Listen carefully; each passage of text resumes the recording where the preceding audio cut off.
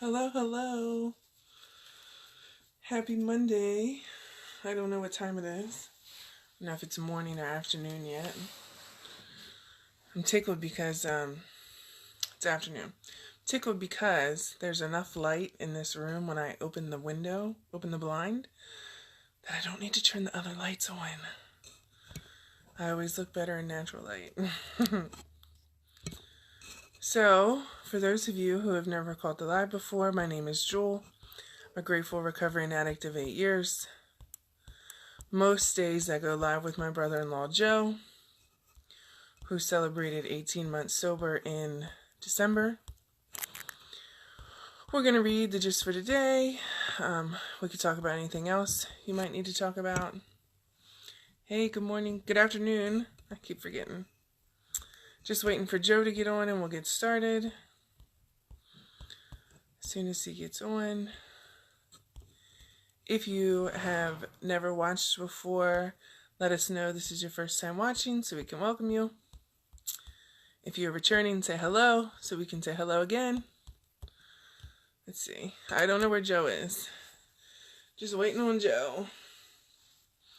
Waiting on Joe. How's everybody's Monday?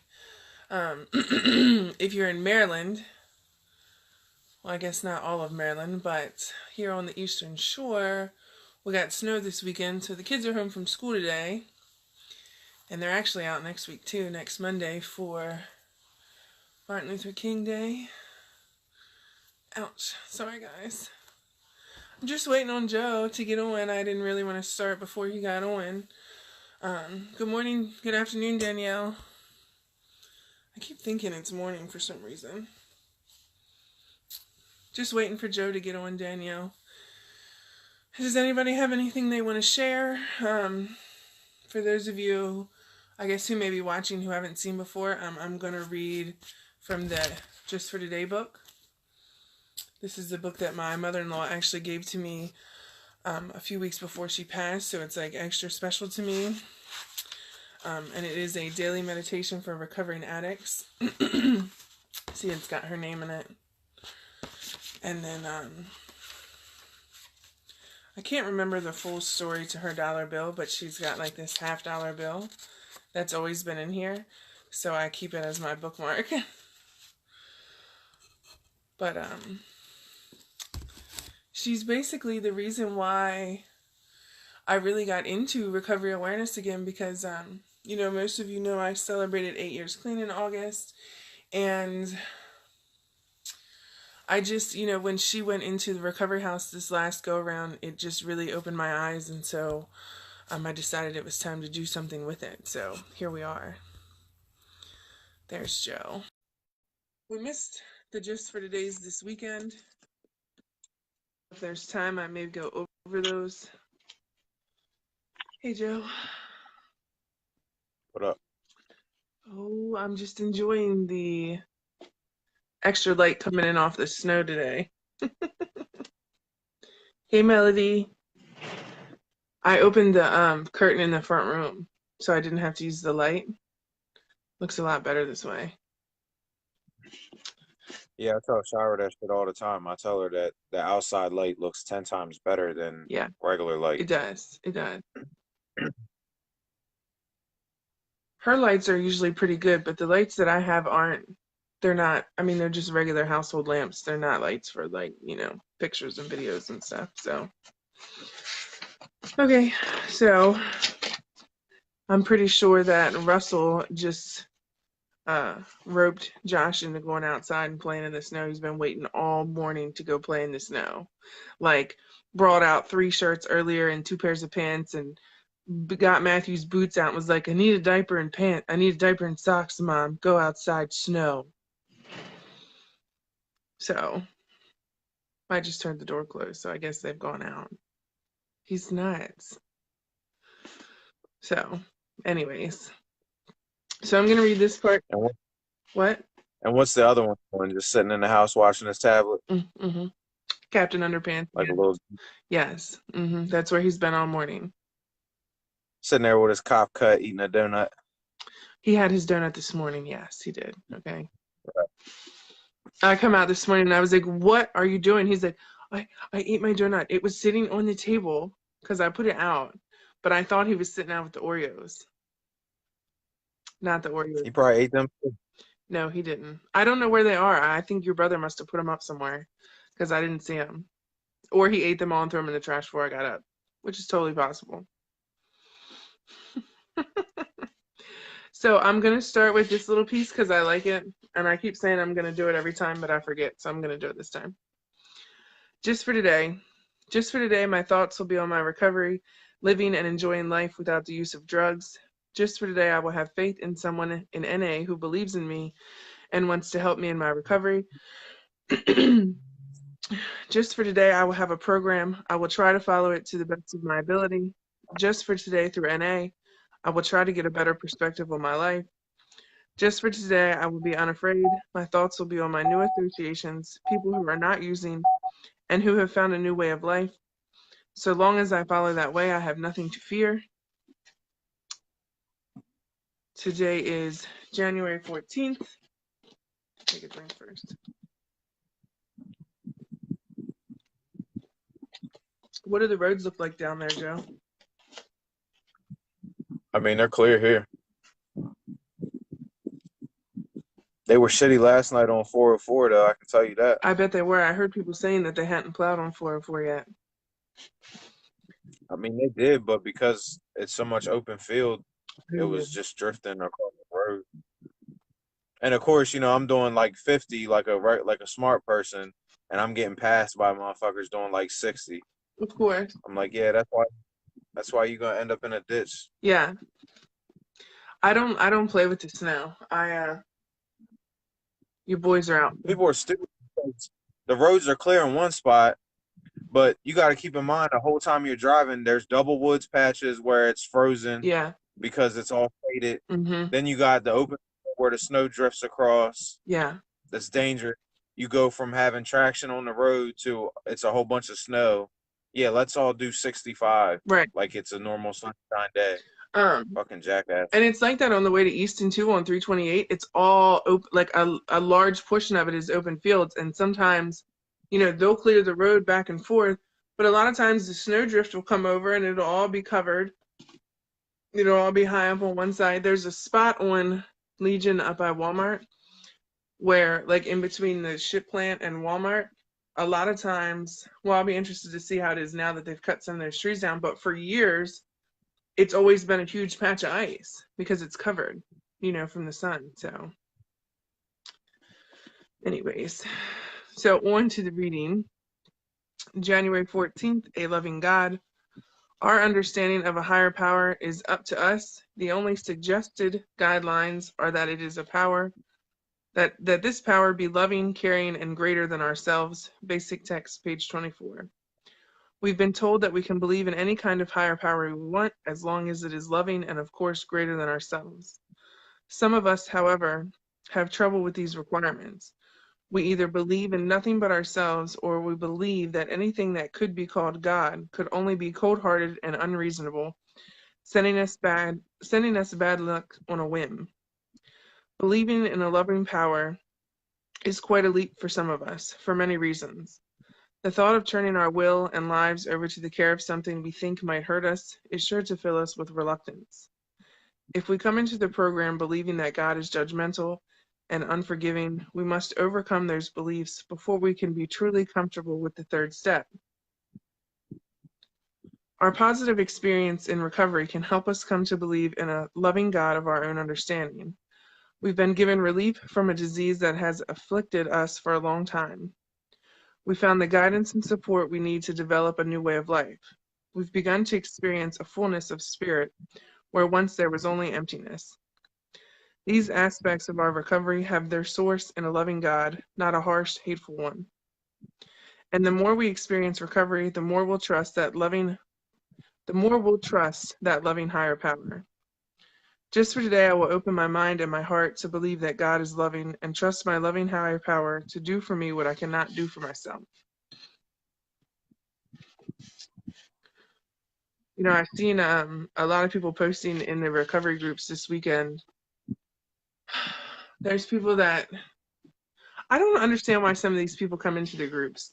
because like they'll get on and they'll make like 6 or 7 posts, and they'll be, um, for instance, I used marijuana and beer to go through detox of heroin, and now I'm not drinking, and now I'm not smoking.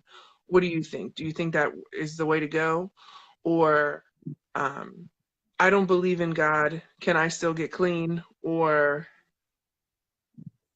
this was the kicker. There was one on there last night. Some girl posted about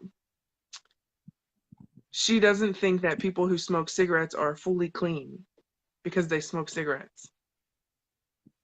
So if you drink coffee or you drink soda or you smoke cigarettes, what else?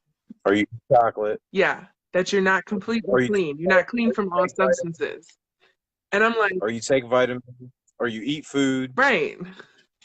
You know how much shit is in the food that we eat? And it literally, like, to me, there's kinds of people I feel like literally get in the groups just to stir shit up, just to piss people off, just to get a rise out of people.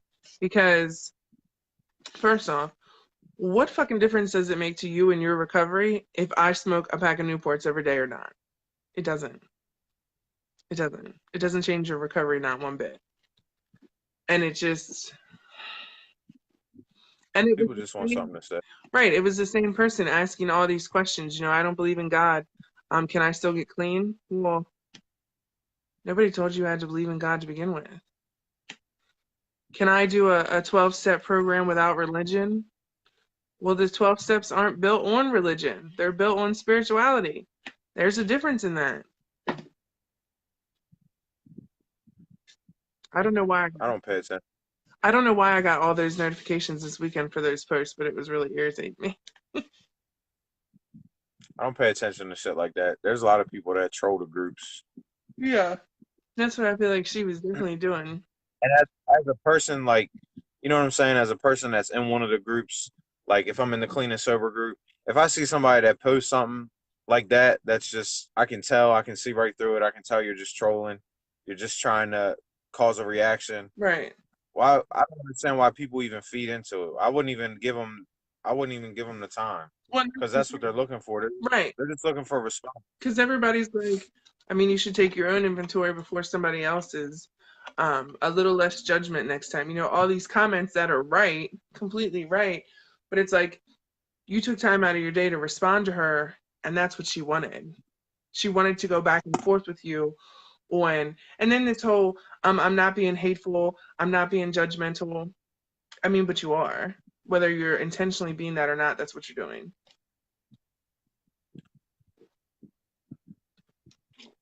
So that doesn't really have much to do with the reading, but Yeah, what was the punchline? Because it had nothing to do with the context of the. yeah. I don't feel like it had anything to do with It, what was being read. no, it didn't. No, I'm not saying what you're talking about. I don't care about what you're talking about. I'm just saying I feel like the punchline was one thing, and then the text was like God, spirituality, blah blah blah. Just for today, I will open my mind and my heart to believe that God is loving and trust my loving higher power to do for me what I cannot do for myself. Okay, what was yesterday's punchline? Yesterday's punchline. Just for today, I admit that I am powerless over my addiction. I will surrender to win. Okay, we'll talk about that Okay. because we've missed a couple days, so we'll talk about that. Yeah. We usually try to go every day for people that are watching or that are new to us, but we took a couple days off. Every once in a while, we need to recharge our batteries and find some new stuff to talk about. Give it a rest. We still need If you do it every day, to talk about. if you do it every day, it gets ultra repetitive. So, every once in a while, we gotta, hit the reset button. Yeah. So yesterday's topic, Surrender to was win. yeah. So basically, it's just the first step. Admitting you have a problem, and admitting that you're powerless over your problem. For most of us, if we track our history, it starts out, you do it to have fun. You drink, whatever your thing is. I'm an alcoholic. I'm a drinker. I never had no problems with any other drugs. I haven't really done that many other drugs. Like I said before, I've never done, dope or coke or crack or no shit like that. But it doesn't matter. It's all the same for whatever your vice is. Mm-hmm. Um, so for me with alcohol, in the beginning it was a party. I just did it to have fun, and then eventually you start doing it for an escape. Yeah. And then eventually every little reason is a reason to drink or a reason to get high. You know what I'm saying?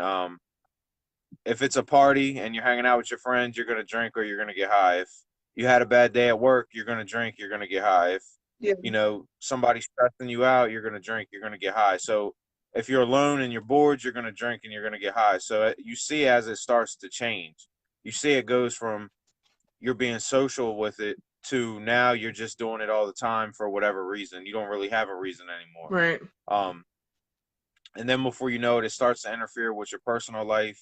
It starts to interfere with your relationships. It starts to interfere with your jobs. Mm-hmm. It starts to interfere eventually with your freedom. Um, you put your freedom at risk after a while if you do it long enough.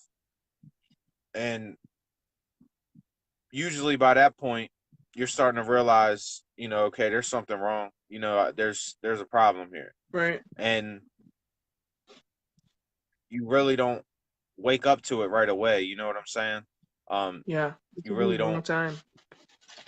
Then you fall into that step. Like, so once you go through all the phases, then you spend, and I feel like this is where people spend their most time in active addiction or active drug use or active alcohol use. I feel like people spend their most time trying to regain control and Yeah. trying to maintain. Yeah. I feel like you spend maybe a year or two in your party phase. You might spend a year or two getting in trouble Mm-hmm. and fucking up and realizing, okay, this shit's, fucking with me. Yeah. And then I feel like you spend the whole entire rest of your time just trying to regain control, Mhm. trying to get back to that party phase. Right. Um, and Trying to manage the chaos. yeah, and um when we talk about relapse, um I say relapse is a part of recovery because I broke it down for you guys before. I feel like the moment you realized it was interfering with your life and that this drug or this alcohol or this substance was, um, causing you more harm than good, I feel like the very moment right there you realize that you started your recovery process. So every time you drank or used after that was a relapse, whether you realize it or not. Um, I don't believe relapse has to be a part of your recovery once you actually get clean or sober. So there's two sides to that. There's two flip sides. Right. Um, I don't want you to go into getting clean and getting sober, and then it gets hard, Right. and you give up and you start drinking or you give in, and you break down, and then you're like, ah, fuck it, it's just a part of my recovery. That's not the mentality I want people to have, Right. but it is a part of everybody's recovery because technically the moment you realize it's interfering with your life, the moment you realize you have a problem with it, that's when your process has started. That's when your recovery process has started because that's when you've acknowledged that this is a problem. Yeah. So once you acknowledge that something's a problem, it's going to start fucking with your mind. It's going to start weighing on you Mm-hmm. to where now the guilt creeps in. Now you feel guilty when you drink or you feel guilty when you use drugs. That's all part of the recovery. That's all part of it. Um, so for me, I feel like, most of us spend so much time just trying to regain control. Mm-hmm. And until we realize that'll never happen, Yeah. we can't fully recover. We can't get clean and sober and maintain it because we still think in our head that, hey, I had the party phase for a whole year. What Right. what did I do in that year that was so different than what I've been doing the last 5, 6, 7, 8, 9, 10, Right. 20, however long? You know what I mean? And you try Well, to do all these things everybody, to go back to that, well, I'm only going to do it this day and this day and this day, and I'm only going to spend this amount of, certain amount of money, and I'm only going to do this on this time, and it never works out. And we spend so much time, you're right, so much time on that, years, probably years. I probably spent years doing that. right. So we need to realize that if you want to call it a disease, that's fine. You can call it your disease. Whatever you want to call it. For me, I just call it a flat out bad habit. It's an addiction. It's a bad habit. Just like anything else that is, harmful to you, that you abuse or you use in excess. So I look at it like it's progressive. So in that first year, where you were in your party phase, you didn't realize it, but it was progressing. Mm-hmm. The first time you drink, you might be kind of sketched out, so you might only drink in a little bit. You might get a buzz, and that buzz is new to you, and you might stop right there because you're like, "Oh, this is new. I've never experienced this before." Right.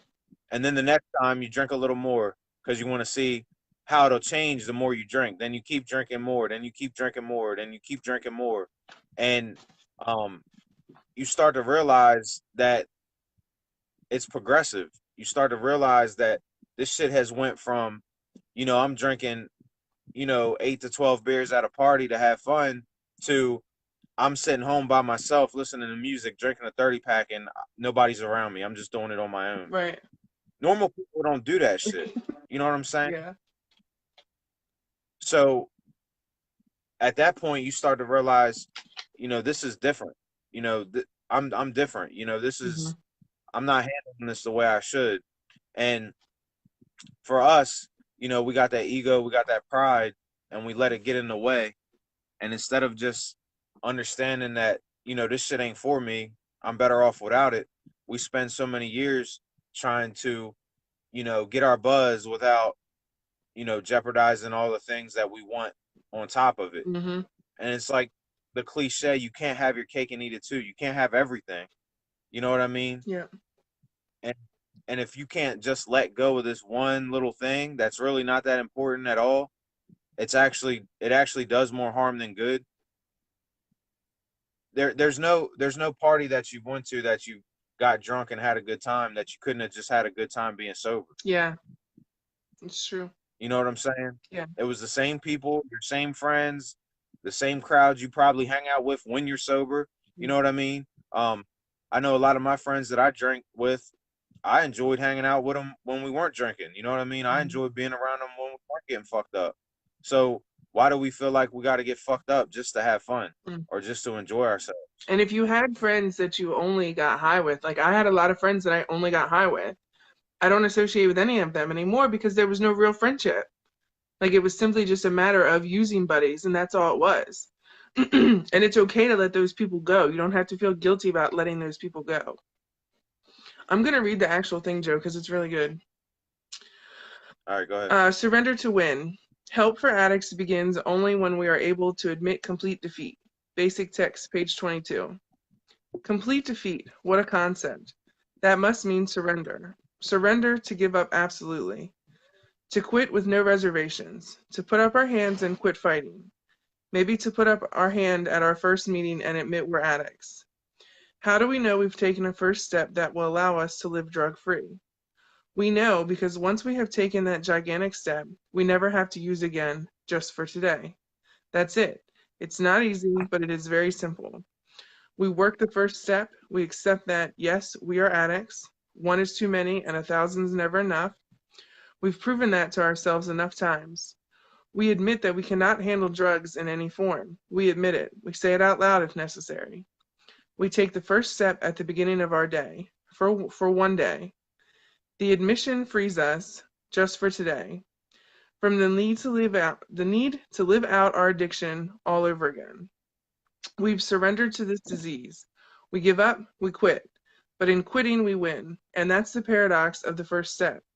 We surrender to win, and by surrendering, we gain a far greater power than we ever imagined possible. I thought it was good. Although I messed it up. I always mess it up. Hey, Stephanie. Yeah, me too. And I had people that got mad at me for it. And it wasn't like even a couple years ago. And I've been clean for almost 9 years. It'll be 9 years in August. And I had people who still felt like we could hang out or we could be friends. Like we had something to even talk about. And they're clean. Well, they claim to be clean now. I don't really know. But when you make jokes to me that were drug related jokes, to me, that doesn't say that you're really living a clean life. And so we have to end it at that. It is what it is. I mean, for me, a lot of my friends, um, actually probably the majority of them, they over time, they had that party phase and they had those times where they got really, really fucked up. And, everybody that's drank had those nights where they got too fucked up. Right. But over time, they all found their limits. Most of them found their limits and they realized their limitations, Right. and they became, social drinkers. They drink for fun and they know their limits. They Yeah. know when enough is enough. They know when to chill out. Um, so I don't hold any grudge towards them because I can't handle myself, Right. and I'm not gonna, push my friends to the side because of something like that. But and I don't mind if they drink or whatever. It's not their problem. It's my problem. Right. So I don't know if it's different in the drug scene than it is in the alcohol scene, but I can't alienate good friends because they don't have a problem and I do. Um, Well, we're also, usually, though, you and I are completely different people when it comes to one judge of character because that's always been a big flaw of me. I don't see the fucked up side to people generally. I only see the pieces I want to see. You know what I mean? So one, a lot of my friends weren't good people to begin with. The ones that I thought that were like, oh, these are my best friends because we get high together, high together every day. Um, those weren't real friends. You know what I mean? So I mean, and then I would say that it is probably a lot different with drugs than alcohol when it comes to those types of people because just like you said, and I know social drinkers too. I don't have a problem with those. They don't bother me at all. That doesn't make them a bad person or make them have an issue because like you said, because we can't handle it and they can. Um, we just have different friends. So yeah. but at the same time, in the same respect, I'm not gonna put myself um in jeopardy. You know what I'm saying? Right. If I know if I know specifically, my friends are gonna have a get together and a party, and I know they're gonna drink the whole time, I'll probably avoid it. Yeah. And And I if they're feel my like real friend, and I feel like they'll understand. Well, I was just about to say, I feel like your real friends, if they knew they were going to have a party where everybody was going to drink, one, I don't think they would invite you or they would say, hey, we're doing this, but this is going to happen. So that way they give you the opportunity to decide if you want to come or not. Yeah, and also too, it's not meant for them to understand. Like if I went to hang out with my friends and I went to play cards and they started drinking beer, I'd probably stay and keep playing cards because it's like I'm not gonna bail out because you guys. I don't expect them to change up their routine Yeah. for me Right, because they're not the ones that have the issue. I do, right, and it's not meant for them to understand. You know what I'm saying? It's not. You know, if they were my friends before, they're still my friends now. right. You know what I'm saying? So it's not meant for them to understand that what I'm doing and the type of time that I'm on right now, it's just something I got to do to be a better me. Yeah, It's not an indictment on my friends because they choose to, be social drinkers and they want to hang out and have a good time.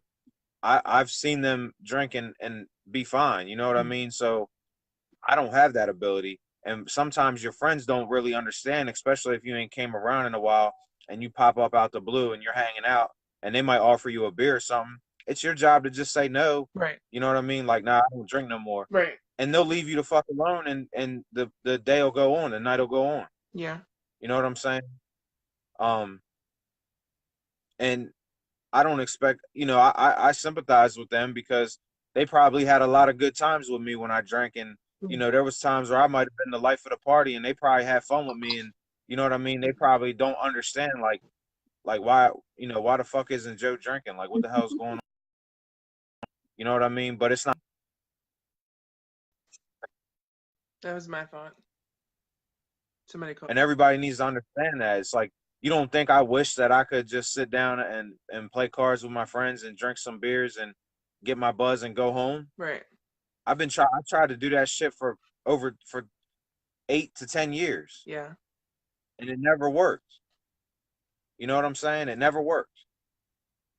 So for me, um, for what I do for my sobriety to maintain is I just focus on my family, and if I got friends that reach out to me if they need me for something, I'll show up. But for the most part, I stay to myself, and um, I try to be around like-minded individuals that are on the same type of time. But if there's a rare occasion and I'm around my friends, um, and they drink, especially because I don't see them much. Back in the day, those friends, I was seeing them once a week at least, at the bare minimum. Mm-hmm. There was a long time period where I was with them every single day of the week almost. But that's just something I know I can't do. I can't play Russian roulette that many times, and think I'm gonna win, Right. you know.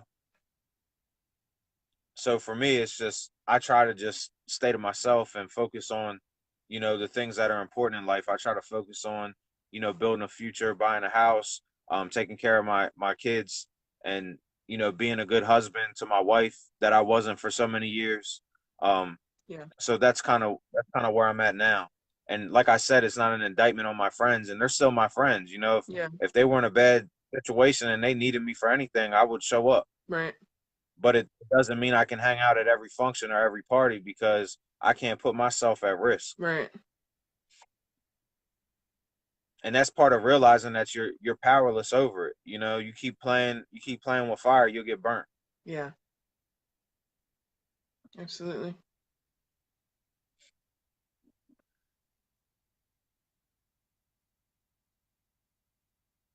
But for you and me, it's different because my friends to me were my real friends, and they're still my real friends. Yeah. Well, I'm not You know what saying, I'm saying? yeah, mine were, I feel like when I was in school, I had a group of friends. And then when I got out of school, most of them kind of dwindled away because I started getting into drugs and they weren't about that. So I had a whole new group of friends that did do drugs. And so we really didn't have any friendship outside of that. And now I'm in a point now where I probably talk to more of the people that I went to school with that didn't do drugs. I don't know. I mean, I don't talk to a whole lot of people. So I talk to people in recovery every day. I talk to you and your wife every day. Um, I don't have a lot of time to, and that's the other thing too. In my addiction, I was very much a people pleaser and a people person, and I had to talk to everybody. Felt like I had to, if I wasn't talking to everybody, I was missing out. And I don't feel that way anymore. So I sit back and I do my work, from home and talk to you guys, and that's it. I mean, I feel like a lot of that shit's a part of growing up too. You know what I'm saying? Yeah, Like yeah, and see, that's why I for said I always, for the longest time, I didn't believe that parents were addicts. I thought it was something that kids did. You know, it was a part of your growing up phase was to do drugs and get shit faced every night, and then you got to this point where you just switched over to an adult and real life started to happen. I feel like it's like when it comes to Mm. friends, like I've said it like a million times. Like if I built that bond with you, and there was a point in our lives where we were close, like yeah, this is my boy right here.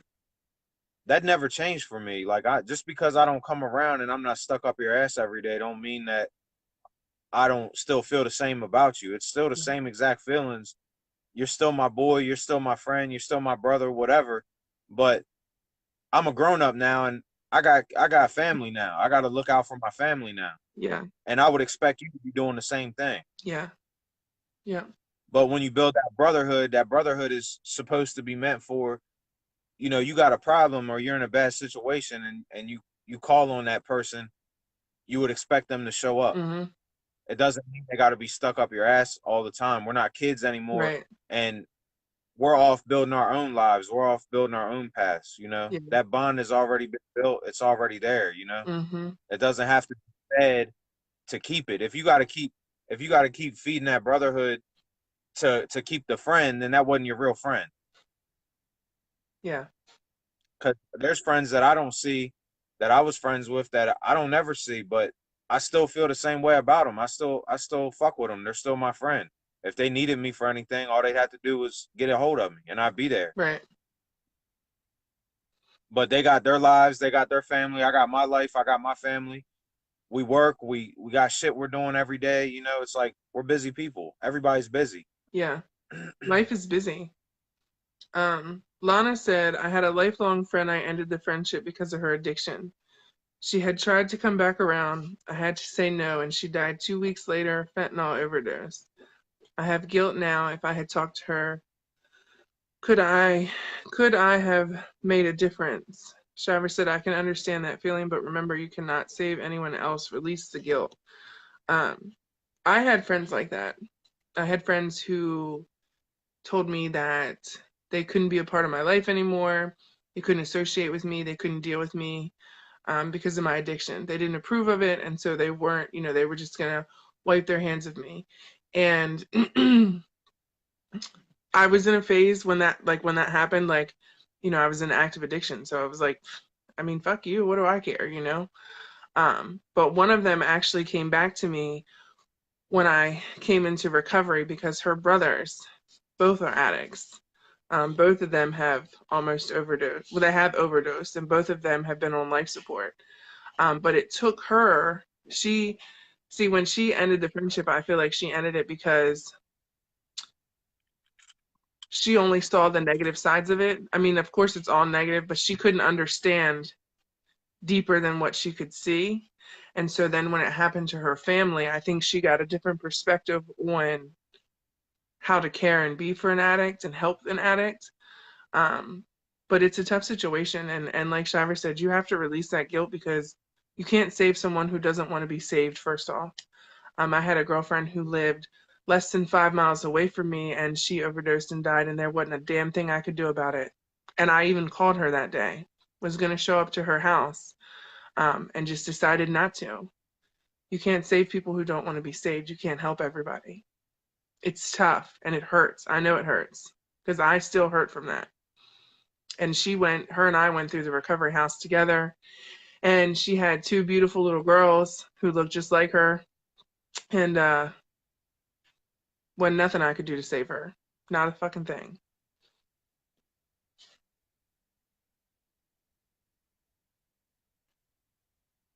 So,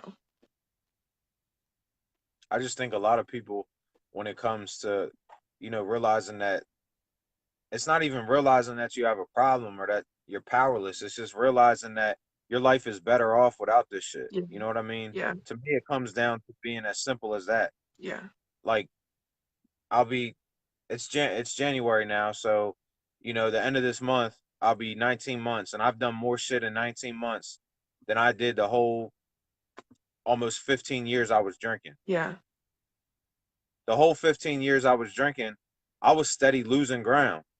yeah, And I was busting my ass just trying to maintain and keep up appearances and keep my head above water. But I was just kind of like slowly falling downhill the whole entire time. yeah, And then as soon as I got sober, everything just started moving upwards. yeah, And it's not a coincidence. It's no big mystery. yeah, It's like before I started drinking and before it came a problem when I was still in the party phase, I had a lot of shit going for me.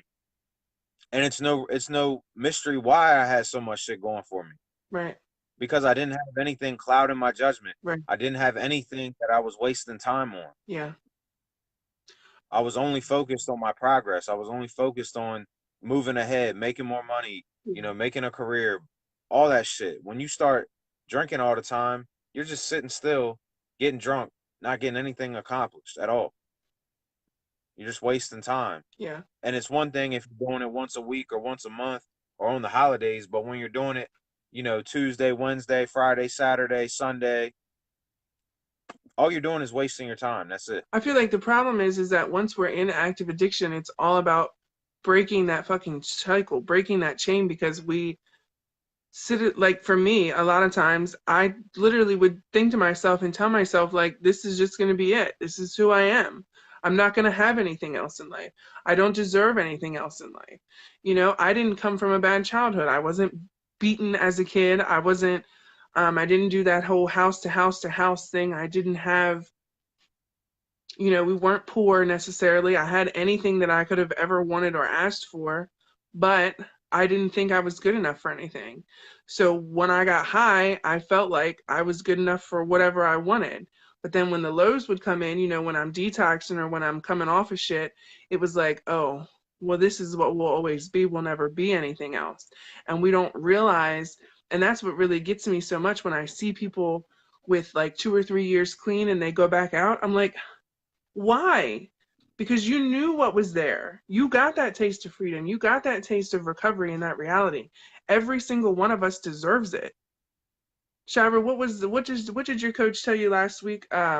We were born perfect, right? Did I say it right? Probably not. We were all born perfect. When your losses outweigh your gains, and you can begin to see the light.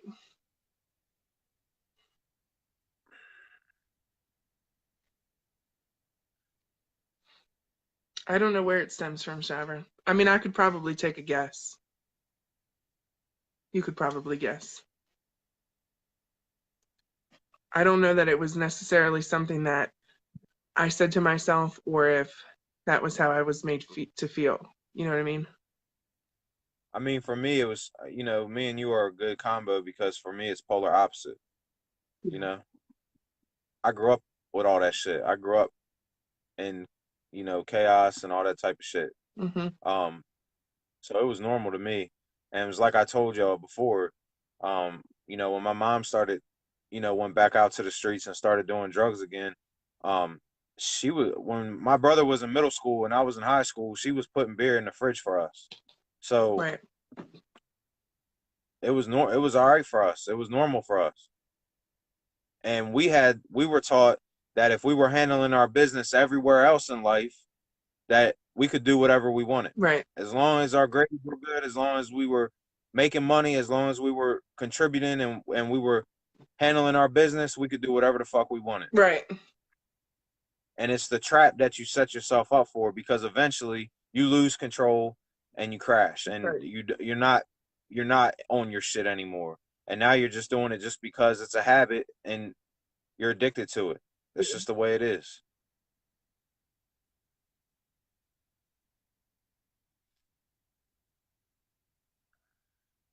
Yeah. And I felt like, she was a good parent because I felt like she was real with us. She didn't Yeah. sugarcoat nothing. She didn't baby us. She didn't hide us from the world. Yeah. She put us out in the world and said, "This is what the world really is." And I'd rather show you the real world and try to teach you how to handle it than hide it from you. And then you go out there and don't even know what the fuck you're getting yourself into. Yeah. She was a So I good mom. respect her for it. I don't blame her for nothing. It's just she lost her way and eventually so did I. She was human. It can happen to anybody. She was human. I mean, that's all there is to it. It can happen to anybody. I think that somebody's trying to make me cry on this camera today because my eyes keep getting misty. Phew. I had a dream about her last night. And this was the first Yeah, dream. so This is the first dream I had where I wasn't chasing her down. Every dream I've had of her so far, I'm steadily like trying to chase her down and catch her, and like sit her down and keep her so she can't go anywhere. I didn't have that last night.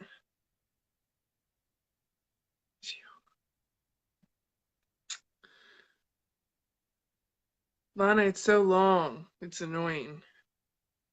And then I had a memory the other night of me and Marin from the recovery house, and that shit tore me up.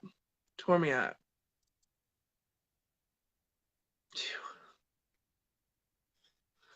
Okay. I try really hard not to cry on the videos because I feel like it just, yeah, Shira, because you kept talking when I was talking about Mary and you kept saying stuff. And that shit really messed me up, guys. I mean, I can remember, it's crazy how, like, we can't remember what happened yesterday, but Marin's funeral was probably 5 years ago. And I remember clear as day waiting in the funeral home, holding Matthew. Matthew was like 18 months, 2 years old, holding my sleeping child, standing over her casket, like clenching him because I just couldn't hold on to reality anymore. I just couldn't understand. Just none of it made any sense to me. Um, I remember saying to her kids' fathers, like, it wasn't supposed to be this way. This wasn't how things were supposed to be for her. And I always think, what could I have done to save her? Could I have called out of work that day and went over? I didn't know that she was struggling. She didn't tell me. I had seen her like literally 3 days beforehand. So I had no idea. No idea. I don't know if she went out that day and bought a bag and shot up and that was it. I mean, could have been rat poison in it. She could have hit an artery or a vein or something she wasn't supposed to. I don't know.